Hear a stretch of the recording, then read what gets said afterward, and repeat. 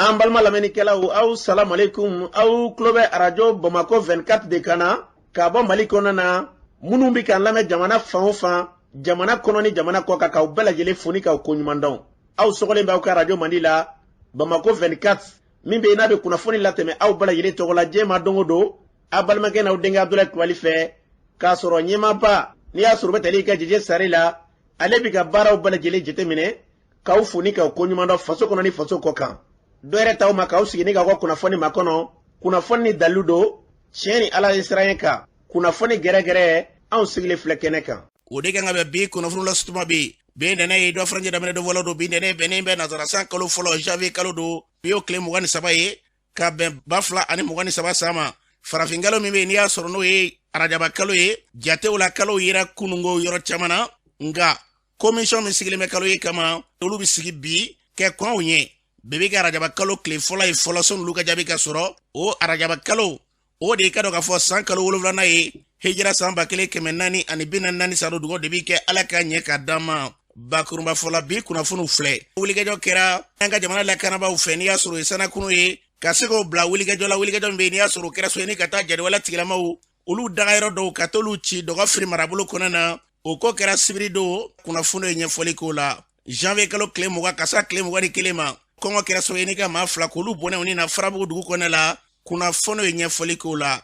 maa minnu bɛ yen n'i y'a sɔrɔ n'olu kun minɛnen bɛ kɔsa in na sigana hokumu kɔnɔ na n'o tɛ dɛ maa fila min n'i y'a sɔrɔ olu kun ye wari baarakɛlaw ye n'u welela maa fɛ ka taa u faga janfa kɔnɔ n'u su taara ye o baaraw senfɛ siganama minnu tun bɛ yen n'i y'a sɔrɔ tɛgɛ dar'olu kan kunnafoni na k'a yirala k'a fɔ k'olu kɔni tilala ka boli tuguni kunnafoni ye ɲɛfɔli k'o la 20 janvier n'o ye janvier kalo tile 20 ye o ɲɛnamara an ka jamana kɔnɔ an ka jamana lakanabaaw ye minɛn dɔw sɔrɔ kunnafoni ye ɲɛfɔli k'o la ninnu de bɛna ka kunnafoni baba bi ka fara kunnafoni wɛrɛw bɛna fara la lasɔrɔ bolo kana denkɛ Abdulaye Kulibali ala ka ɲɛ ka d'an ma kunnafoni an b'a daminɛ ka lɔn k'a fɔ ɲɔnɔ marabolo kɔnɔ na wulikɛjɔ kɛra maa minnu bɛ n'i y'a sɔrɔ u bɛ wulikɛjɔ fɛ bi ka se ka wulikɛjɔ kɛ n'i ka dankari an ka jamana taabolo caman n'o ye marifatigi dɔw kɛrɛnkɛrɛnnenya jadwala tigilamaw olu ye ka dɔn k'a fɔ mugujugu dɔ ni k'o bila ɲɔnɔ sira kan min bɛ n'i y'a sɔrɔ o kɛra i ka dɔn k'a fɔ sibirido dugabugu karamɔgɔ n'a fɔra dugabugu dɔ bɛ yen o bɛ kati fɛ nin dugabugu nin ye marakala dugabugu de ye min ye dugabugu karamɔgɔ ale ka san yɛlɛma o baaraw bɛ kɛ n'o kalan dugabugu bɛ kɛ bɛɛ lajɛlen bɛ taa kɛnɛ kan o labɛnw tun bɛ sen na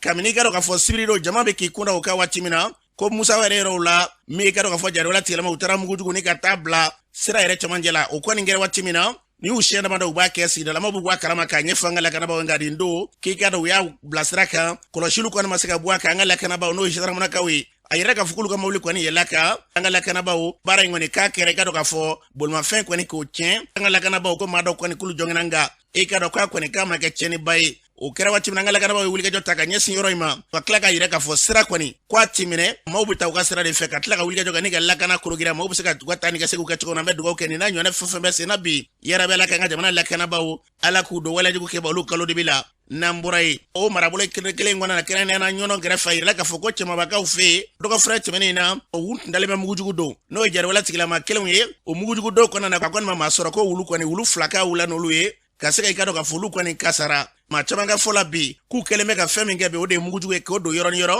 kuma kɔrɔmana tɛ dɔ bi wulikɛjɔ minnu bɛ sen na bi k'a kun tɛ dɔ ye ka se ka fu siri dɔ na an bɛ dugawu kɛ an ka jamana ala k'a basigi n'an bɔra yen an b'a la k'a fɔ ndobugu ale yɛrɛw la lakana minnu n'i y'a sɔrɔ o koro giriya nin waati ninnu na an ka lakanabaaw ka sadi donsolakaw ma olu ka tɛgɛ di ɲɔgɔn ma ka se ka lakana sabati o yɔrɔw la o baara min kɛra ni mini n'a wulila n'an ka donsolaka dɔ ye décembre kalo laban to la k'u ta ka taa n'u ye furakɛli yɔrɔ la an b'a la k'a fɔ maa duuru bonyanko tun don o maa duuru la kunnafoniw tun y'a yɛrɛ k'a fɔ dɔgɔfiribaga denmisɛn dɔ tuma la n'o ye Bakari Tarawele ale kun taara lajɛ la u y'a yɛrɛ k'a fɔ ko fɛn t'a la a kɔni seginna ka na an b'a la k'a fɔ jumadon ko wulikɛjɔ kɔni tilala ka kɛ a fariw ma lafiya o kɛra min u y'a cɛ ka taa n'a ye Lapitani u taara n'a ɲɔnɔnkaw fɔ olu tilala ka bila ka taa Segu Bakari kɔni a fatura a yirala k'a fɔ ko Bakari ko mini n'o ye mugujugu min wulila n'u ye k'o de kɔni kun digira a kɔnɔbara la a janajaw bɛɛ lajɛlen kɛra kunu maa caman ka fɔ la bi k'u bɛ ka nin kɛ yɔrɔ ni yɔrɔ bɛɛ lajɛlen la bi bi na u bɛ ka wulikɛjɔ min kɛ o wulikɛjɔ tɛ dɔ yɛrɛ ka se ka fɛɛrɛ bɛɛ lajɛlen tigɛ basigi kɔni kuma min bɛ sen na bi ka se ka fu siri o dan na k'o de ye wulikɛjɔ kunbaya an bɛ dugawu kɛ jamana in yarabi ala k'a kolo suma n'an bɔra yen yɔrɔ so marabolo kɔnɔ na dugu min n'a wele ko Kona ko dɔgɔfurakɛ tɛmɛnen in na cɛ dɔ n'o ye bagankɛnɛ dɔ ale ni forotigi dɔ bagankɛnɛ yɛrɛ ale tɔgɔ ye Gejuma min ye forotigi o tɔgɔ ye ko Adama a nana n'a ka bagan ye Adama y'a yɛrɛ k'a fɔ k'ale ka foro kɔni a tɛna jɛn n'a ye baganko tiɲɛ Adama ye baganw kɔni k'u gɛn ka taa n'u ye o kɔni kɛra so ye bagangena intari k'i sigi fɔlɔ adama na lafiya ka foro kɔnɔ adama na ni bese kurakura ye kana adama sen fila n'a bolo fila k'olu cɛr'u ka tila o kɔfɛ ka bese kɔni kɛ ka cɛkɛcɛkɛ fan balayɛlen fɛ ka taa k'a dalen to yen tuma min na n'o kɛra maa dɔ de kɔni nana se adama ma a bɛ nɛmakara la a ka foro kɔnɔ u y'a ta o yɔrɔnin bɛɛ la ka taa n'a ye lapitani olu y'a yira k'a fɔ k'u ka tɛmɛ n'a ye ka ɲɛsin yɔrɔ so ma u taara n'a ye waati min na a kasarala nin na u bɛ se n'a ye waati min na tuma min na n'o kɛra bagangɛna in kɔni ko a ye i ka dɔn k'a fɔ kungo minɛ fo nin yɔrɔ in na a ma ye fɔlɔ maa caman ka fɔ la bi ko nin n'a ɲɔgɔnna caman yɔrɔw la u ka wulikɛjɔ de kɛ wa nin n'a ɲɔgɔnna dɔw bɛ i b'a sɔrɔ n'u minɛna k'a fɔ ko k'u di sariya ma kɔfɛ k'u bɛ tila ka bila ko de bɛ nin kojugu ninnu caman bɛ yen ka se k'a dili don fo nin yɔrɔ in na kɔni kunnafoniw na ko tɛgɛ ma da ka fɔ an bɛ dugawu kɛ fɛn fɛn i ka dɔn k'a fɔ fura ye ala k'u bɔ a ka woro ɲɛma nin n'a ɲɔgɔnna fɛn fɛn bɛ kɛ an ka jamana kɔnɔ yarabi ala ka basigi lafiya ni ko sabati n'an bɔra yen k'aw ladan k'a fɔ an ka jamana sɔrɔdasilakaw wulikɛjɔ kɛra janvier kalo tile 20 n'o bɛ se sɔrɔdasi ɲɛmaw bɛ wulikɛjɔw kɛ yɔrɔ ni yɔrɔ sɔrɔdasilakaw ka taa u hakili sigi fɛɛrɛ minnu bɛ ka tigɛ ani jamana kɔnɔ na kow bɛ cogo min na u kɛra i ka dɔn k'a fɔ wulikɛjɔba ye ka kɔn 20 janvier yɛrɛ setɔla colonel Sadio Kamara ale tun bɛ sɔrɔdasiw ɲɛkɔrɔ place d'armée la o sen fɛ a ye kuma min fɔ sɔrɔdasilakaw ye o filɛ. An nakun ye ka 20 janvier 2023 k'o labɛn bi ye exercice laban ye an nana an ye baara daminɛ ni memorial inauguré o memorial nin dilanna sɔrɔdasi ɲɛmɔgɔw fɛ ka taa sibila kɛ ka taa an ka finitigilaka minnu nin tora kɛlɛ la nin wagati na an bɛ ladeli ala ka hinɛ olu la k'u dayɔrɔ suma ka tila ka maliyɛn bɛɛ lajɛlen ladɔnniya k'a fɔ minnu kɔnna an ɲɛ u ka sɛgɛn tɛna kɛ fu ye an m'an cɛsiri an tɛ lafiya tant que mali ma lafiya tant que maliyɛnw n'u u bolofɛnw ma lakana an b'o o layidi kurakuraya maliyɛnw ye o tɛmɛnen kɔfɛ an ye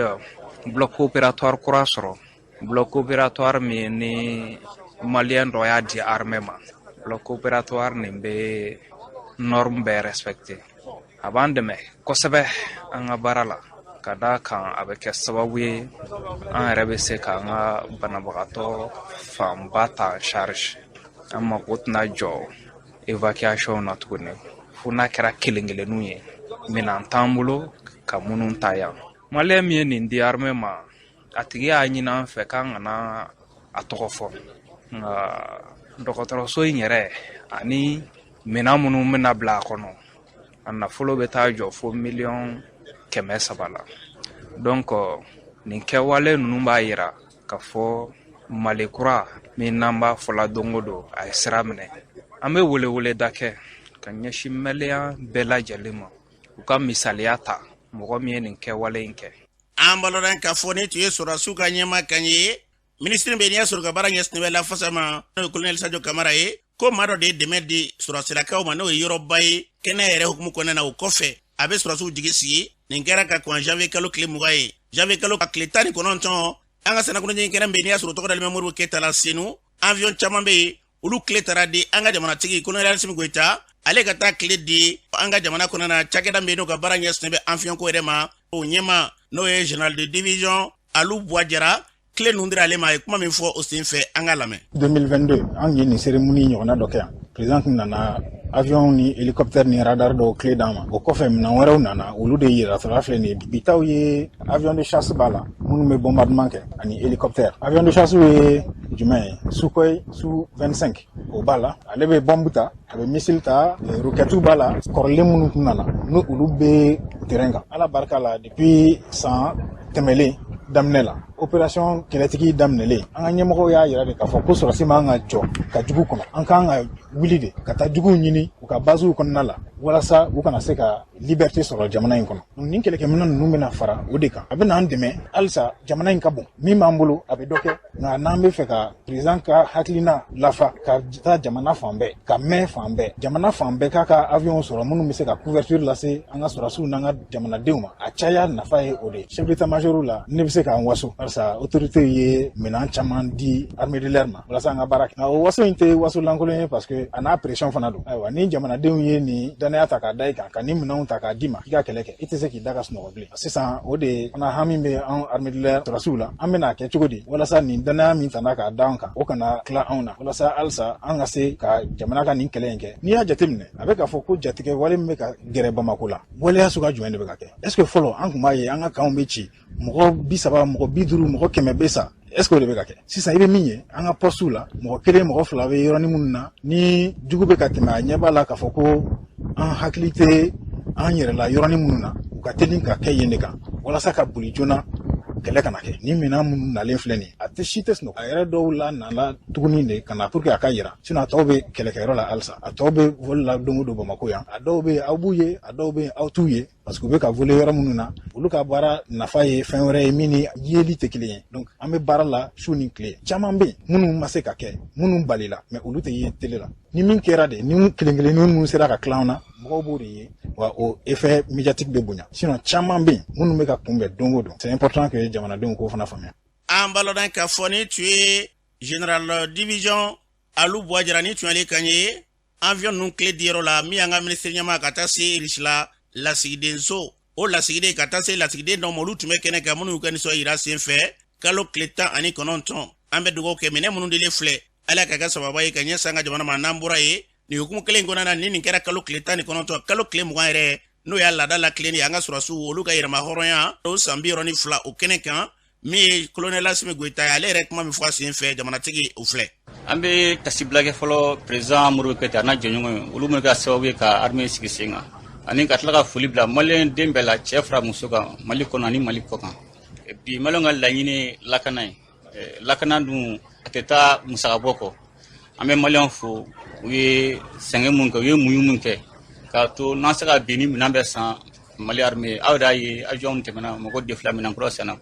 o bɛɛ ye maliyɛnw ka cɛsiri de a tɛ taa o degun n'o gɛlɛya kɔ an b'o foli bila maliyɛn den bɛɛ lajɛlen na ka tila ka foli bila surasi bɛɛ la surasi minnu bɛ kɛlɛ la su ani tile y'a san 10 ɲɔgɔnna ye mɔgɔ bɛ kɛlɛ la bibi na mɔgɔ si ka laɲini tɛ i ka surasi a ɲini ka to kɛlɛ la bɛɛ amina ko de i ni mɔgɔ min bɛ tɛnu bɛɛ ka sigi mais kɛlɛ la ala dɔrɔn de b'a dɔn mɔgɔ min bɛ san ni mɔgɔ min bɛ jogin donc o komu kɔnɔ an bɛ tasibila kɛ mɔgɔ mɔgɔ ɲɛ tora la ani minnu joginna ka nɔgɔya dakiwulu ye k'a fɔ maliyɛn den bɛɛ lajɛlen ɲɛna k'a fɔ surasiw olu ka baara ye jamana lakana de u bɛ jamana lakala fo ka taa fɔ gɛlɛya fɛn fɛn bɛ jamana kɔnɔ bi o gɛlɛya bɛ nɔgɔya ka tila ka surasiw fana k'a ɲɛfɔ surasiw ɲɛna ko maliyɛn denw b'u kɔ gouvernement b'u kɔ transition autorité bɛ b'u kɔ mun b'a to u mago bɛ musaka mun na ni minɛn mun na n'u bɛ se ka baara kɛ nɔgɔya la o minɛn bɛɛ ka ɲini ka d'u ma an bɛ ala deli ala ka jamana basuma ala ka san wɛrɛ yira an na. An b'a lɔn k'a fɔ nin tun y'an ka jamanatigi kan ye an bɛ dugawu kɛ ala ka jamana kɔlɔsuma n'an bɔra ye minɛnkura minnu bɛ yen n'i y'a sɔrɔ olu dili kumaw bɛ sen na fɔ baaraw kɛlen kɔfɛ janvier kalo tile 20 o kɛra jumadon o kɔfɛ sibirido farabugu kɛrɛfɛ dɔgɔfiri komini kɔnɔna na kilomɛtiri 15 bɔɲango sɔnni ka se farabugu ka na kilomɛtiri 13 ɲɔgɔn u ye wulikajɔ kɛ jadi wala tigilamaw dagayɔrɔba min tun bɛ dɔgɔfiri komini kɔnɔ don dugu in bɛ wele ko kurumangube o yɔrɔ in na ye an ka lakanabaw ye wulikajɔ kɛ ka taa mugujugu kɔni ka taa fili fɔ cogo la ko jadi wala tigilamaw dagayɔrɔ dɔw kɔni kun b'o yɔrɔ la k'u y'a filonkolonci k'a da kolonci o baara min kɛra o waati kelen ninnu kɔnɔna na kunnafoni carilen bɛ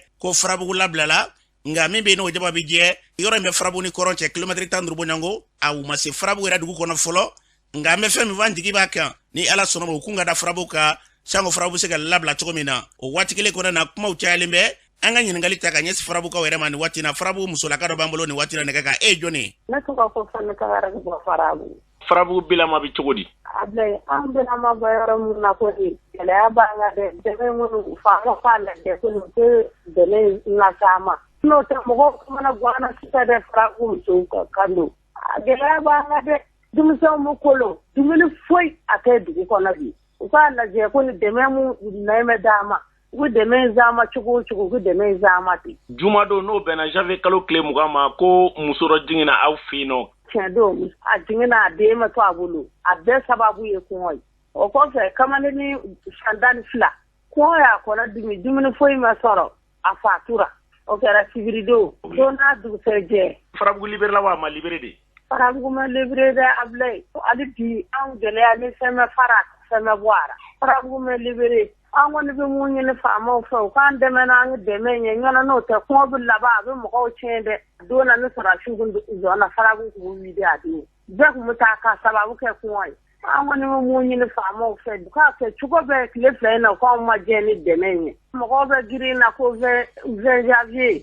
o 20 janvier dɔw yɛrɛ kɔngɔ ye mɔgɔ 2 tiɲɛ anw fɛ an kɔni ma girin n'a ye dɛ sabu ni kɔngɔ bɛ mɔgɔ min na i tɛ k'i girin ni fɛti ye. An balodan k'a fɔ ni tun ye Fanda Tangara ni tun y'ale ka ye Farabugu hali bi Farabugu dosoba an ka ɲininkali k'ale yɛrɛ la baara in kɛra cogo min na ni kunnafoni minnu bɛ bi n'olu carilen bɛ bɔlɔlɔw sanfɛla la ni waati na Dozoba b'an bolo ni waati na e jɔnnen ka bɔ mini ne tɔgɔ Abdulayi Kulubali farabu Doma Dozoba ndoma Ablaye Kulubali an ye kunnafoni sɔrɔ sibirido ko wulikajɔ kɛra kɛrɛnkɛrɛnnenya ka ɲɛsin Farabugu ma ko ka taa jadewala tigilamaw dagayɔrɔ ko ka gɛlɛya ta ka ɲɛsin ye ma ko fo kɛra so ko Farabugu libéré e min bɛ Farabugu bi a ko bi cogo di ndoma i ka ɲininkali Farabugu kɔni a mɛ libéré sabu anw tɛ se ka bɔ ka taa yɔrɔ la baara kɛra yɔrɔ min Farabugu tɛ dɛ Farabugu ni kɔrɔ cɛ de don an ye mankanw mɛn an ye tasuma sisi yɛrɛ ye an ye marifa kunkanw mɛn an ye avion ye baara la tasuma yɛrɛ sisi kɔni tilenna fo ka na se seli fana ma ko fitiri an kɔni bɛ se ka min fɔ a la kɛrɛnkɛrɛnnenya na o y'o ye i ma taa fɛn o fɛn tigɛ kan n'i ko bɛ min fɔ i ye kalo tigɛ Farabugu kɔni bɛ labila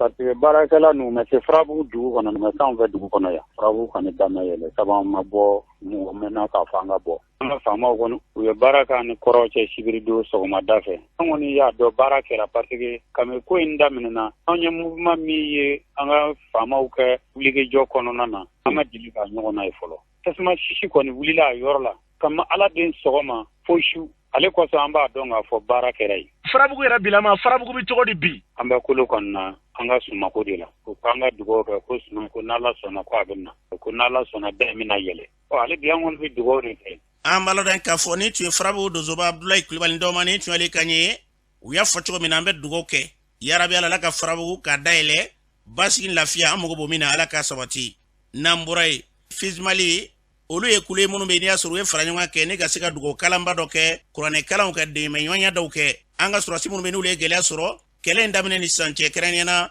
k'a bɛ daminɛ 2012 la ka na se an bɛ waati min na ko bi k'a ka dugawu kalan ye ka dɛmɛɲɔgɔnya ta ni ka ɲɛsin olu ma an b'a la k'a fɔ baara min kɛra hakili ka se ka jigin u la kulu in ɲɛmaa Cɛmɔgɔ Goyita ye kuma min fɔ a senfɛ o filɛ 2012 le 18 janvier janvier dɔ y'an ka armée nationale sɔrɔ terrain kan a Golop ka daminɛ le 18 ka na bila fo le 25 na baara min kɛra maliden kelen kelenna bɛɛ Mali kɔnɔ Mali kɔ kan bɛɛ dusukun kamina ni don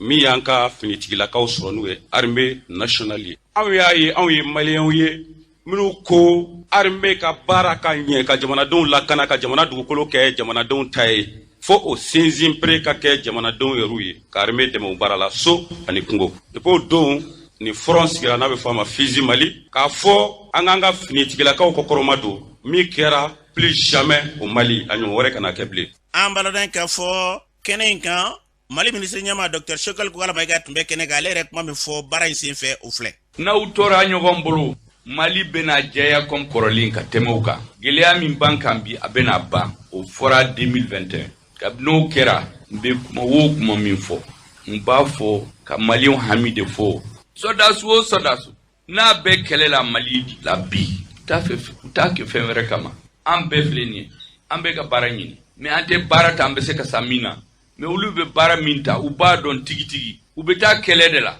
u taara kɛlɛ la donc an k'an ka l'armée fo transition bɛ min fɛ bi président bɛ min fɛ duwawu kɔni b'a dɔn kaw mais a ye wuli kaw jɔ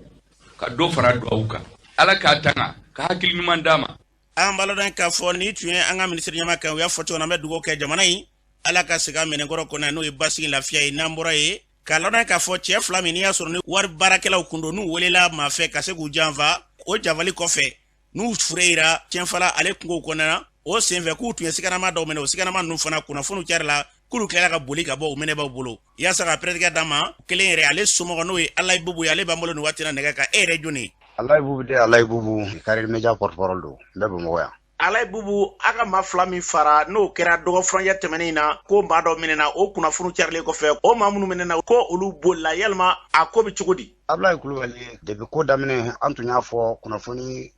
diko fɔlɔli ma an ko faamaw y'a yira na k'a fɔ k'u ye mɔgɔ kelen minɛ an ko hali n'a sɔrɔ anw ma y'an ɲɛna bon kɔfɛ u y'a yira na k'a fɔ k'u ye maa fila minɛ ka fara u kan an kɔni y'a ɲini cogo bɛɛ la pour que an k'u ye chaque fois faamaw b'a yira na k'olu bɛ enquête la k'an ka makɔrɔni kɛ an y'a fɔ depuis ko in bɛ ka taa cogo min na a bɛ ko bɛ ka dogo an minnu yɛrɛ ka mɔgɔw fagara la chaque fois a bɛ fɔ an ye ko enquêtew bɛ sen na an minnu minɛna u ma yira na u tɔgɔ ma fɔ an ye u jamu ma fɔ an ye wa an m'a ye fanga ka kunnafoni di sira si fɛ an ma nimisi wasa foyi sɔrɔ a kɔnɔ an bɛ bali ka kunnafoni min mɛn o de ye k'a fɔ ko u tun bɛ kan na k'u bolila an ma se k'o faamu vraiment jamana kɔnɔ a bɛ mɔgɔ jigi tigɛ parce que maa ninnu mana kɛ cogo o cogo o t'an ka mɔgɔw su wuli mais ni sariya bɛ jamana kɔnɔ kojugukɛla maa man kan k'o kɔ datugu kɔnɔ o de bɛ k'an kamana gan alors que u ye kojugu min kɛ maa fila de ni tora la an nimisi ma wasa baara kɛcogo la. Siga kelen kun don maa minnu na kulu de bolila wa? A fɔra k'ulu de bolila wa finitigiw dɔ fana ko kun kan ka jɛ anw ye an minnu ka mɔgɔ fagara hali sini ni yɔrɔ in na faama minnu minɛ u ma dɔwɛrɛ fɔ anw ye k'u bɛ enquête la k'an ka makɔnɔni kɛ ko polisiw y'u di k'an ye mɔgɔw ma donc k'u bolila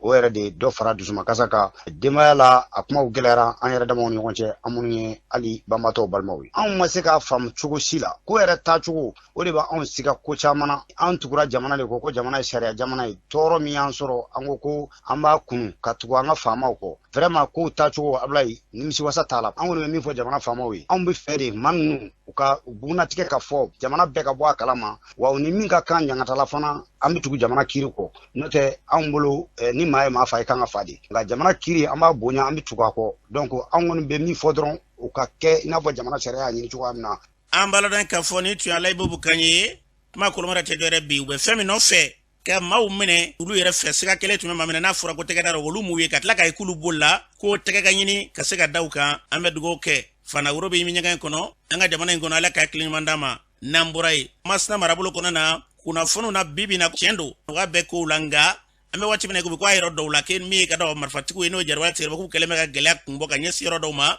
yaasa k'o pɛrɛtigɛ d'a ma dɔ b'an bolo nin waati na ka bɔ Masina marabolo kɔnɔ na e ye jɔn ye? Ne tɔgɔ Adama Saba ka bɔ Tinɛma k'i Masina mara la. Gɛlɛya jumɛn de bɛ Masina marabolo kɔnɔ na bi? A tɛ se k'o fɔ ka s'a dan yɛrɛ. Anw ye sigida yan nɔ wasaja in na man k'a kun sumana an ɲɛ b'a sisan marifajugu ni n'a mɛn ko an ka an ka foro tigɛ an ka ni dɔgɔ ɲini o gɛlɛya belebele de sigi mɛ anw dara yan a filanan jadisomɔgɔw bɛ kɛ k'an ka mɔgɔw de nɛmɛnɛmɛnɛ va n'a fɔ lutansi ninnu ɲɔgɔn u bɛ kɛ k'an ka donsow fa jamana ye maa bɛɛ b'a dɔn an sigi ɲɔgɔn dama an ye ɲɔgɔn dɔn n'an ye min minɛ ka taa di faamaw ma sini i b'a ye faamaw nan'o bila ko an nɔmɛ yara ni faamaw m'u don dɔrɔn an kana k'i ɲɛ foyi yɛrɛ a simiko la an kana min wele min bila faamaw ma u k'u wuli ka don an ka kun in kɔnɔ yɔrɔ an ka sigida tiɲɛna dɛ an ka musow tɛ se ka taa dɔmɔ tɔmɔ bilen u tɛ se ka dɔgɔ ɲini u tɛ se ka foyi kɛ jamana ɲɛmaaw sigi mɛ k'a lajɛ n'an taara kuma fɔ sɔrɔsiw ye u ko k'u ɲɛ b'u la an kɔni jaa dɔn a ko yɛrɛ bɛna bila bulon mun nara n'an bɛ sɛgɛsɛgɛ a ma ɲi dɛ anw kamana bɛɛ gɔnna ni Mali ko in na ko an diɲɛ sanna bomo bɛ kɛ don siwulu bɛ kɛ fa donso dun y'u ni di jamana de ma dɔrɔmɛ kelen tɛ sara donso ye diɲɛ bɛɛ b'o kalama an tɛ yɔrɔ wɛrɛ dɔn ni Mali kelen dɛ